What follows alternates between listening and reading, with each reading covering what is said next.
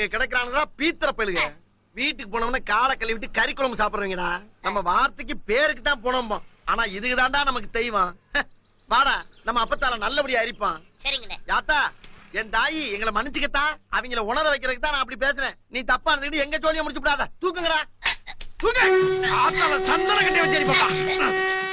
Aunty இங்கே அரசனும் இங்கே அறிஞன் இங்கே அசடனும் இங்கே ஆவி போன பின் கூடுவார் இங்கே ஆவி போன பின் கூடுவார் இங்கே உண்மையிலே இதுதான் நம் வாழ்வில் காணா சமரசம் புலாவும் இடமே.